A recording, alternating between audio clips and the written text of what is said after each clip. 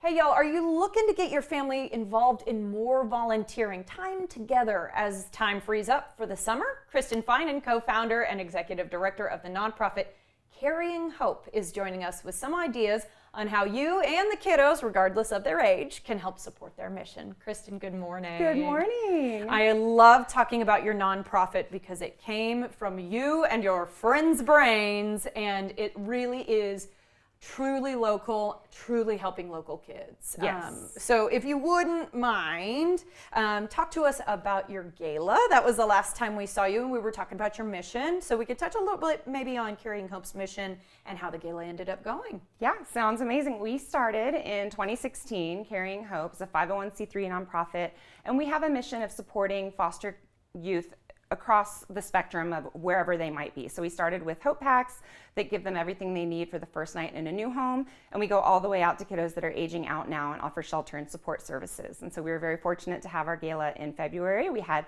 the world's best MC there. Thank you again for everything. It was me, y'all. It was me.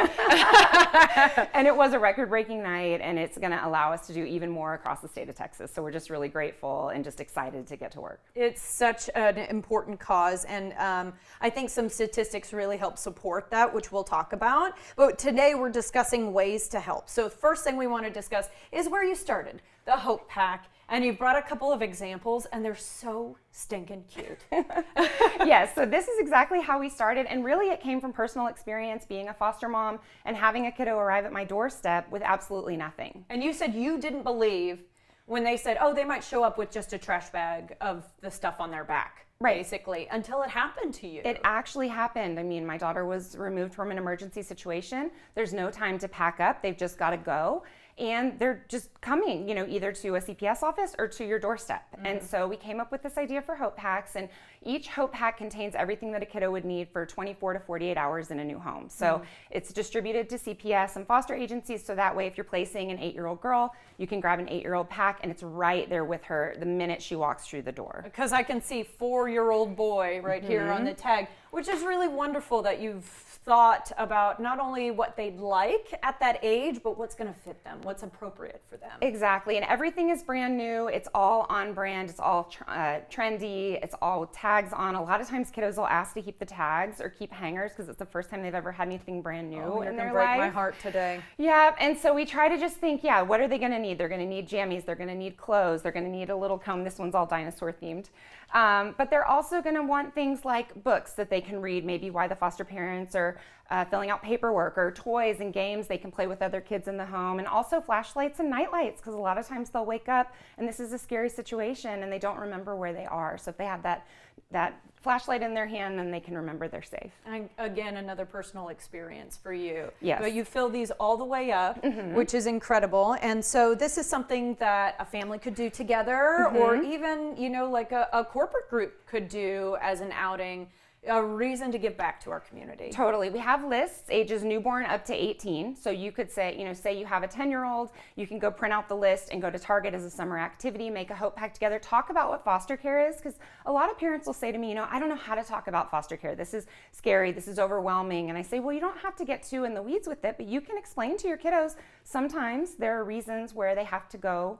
Kids have to go somewhere else, and you're helping them and you're giving them comfort in this time. And so we really like fostering those conversations. And then, as you mentioned, for corporations too, a lot of corporations want to give back. They want it to stay local, but they only have maybe an hour or two. So what we do is we bring out all the supplies on site if that's what they want, and then they can make a batch of like 100 or 200 Hope Packs for us, and it's a total win-win because they're giving back and helping the community, and we can immediately turn these around and get them in the hands of the kids that need them. Oh, that's so wonderful. Okay, Summer Bash, not too far away, and that's something other people can help with as well. This is another one we love. We do it every July in honor of our anniversary, and basically what we do is we gift over 100 foster youth with a really fun day at a water park. We've done Schlitterbahn, we do Typhoon, Texas, and that's another thing, that they haven't done before. They haven't done. And if you're growing up and you're living in a shelter or a group home, you might not have been able to just do the fun summer activity of going to the water park for the day. So we go all out. We get them fast passes, we get pizza, and we go nuts with it. So we're always looking for sponsors and volunteers and just anybody that wants to be part of this memory for the kiddos. That is amazing. And absolutely, when you're talking about core memories,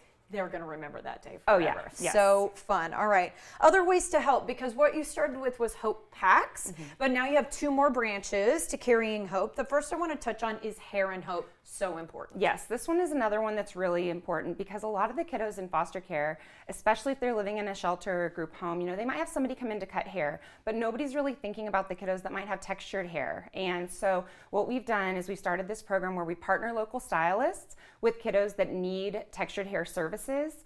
And it's created just these really incredible bonds and mentorships. We pay the stylists completely, like over what they would normally charge. And it's just this amazing bond, and also just so important for the kiddos. We've had kiddos that didn't want to take graduation photos because they didn't like the way they looked, that decided to take graduation photos, that have gone in and told a judge, what they wanted to happen with their life because they had the confidence, because they looked in the mirror and looked how they felt like they should be represented. And so it's just a really amazing program. And we're always looking for stylists, and we're looking for people that want to be part of that too. Absolutely. And I cannot imagine, because you think of your hair as a part of your identity. Exactly. Right? So when it reflects who you think you are, it helps boost your confidence. And I want to say that with textured hair, they're also probably learning some skills about caring for themselves, which they may not have learned before, which they're picking up from those stylists as they go. That's right? exactly right. And we'll have stylists come in and also do workshops about taking care of their hair and making sure they have the right tools and bonnets and hair products, and just making sure that we're including everyone. It's really important. And when you see these holes and you can fill them, that's what we like to try to do. Oh, I think that's wonderful. Okay, our last 30 seconds. Hope's home. Was it Mercedes that I got to meet? Yeah, and Dulce. Yeah. Oh, and Dulce. Okay, Yes. It was Dulce. That are graduates, if we want to call them that, of Yep. Hope's home. Guys, the statistic is wild. 50% of kids, basically the moment they age out of the foster system, become homeless. Yep. Because the support ends, the system ends. There's no safety net. And so you guys have created a halfway house, a nice place for them to be safe while they are working on their next steps. Exactly right. Yeah, we get driver's license, college, job opportunities, everything. And we always need help with all of those facets of it. You guys do amazing work. I hope somebody is really inspired today. Yay! Thank you, Kristen. Get involved at carryinghope.org or by emailing info@carryinghope.org.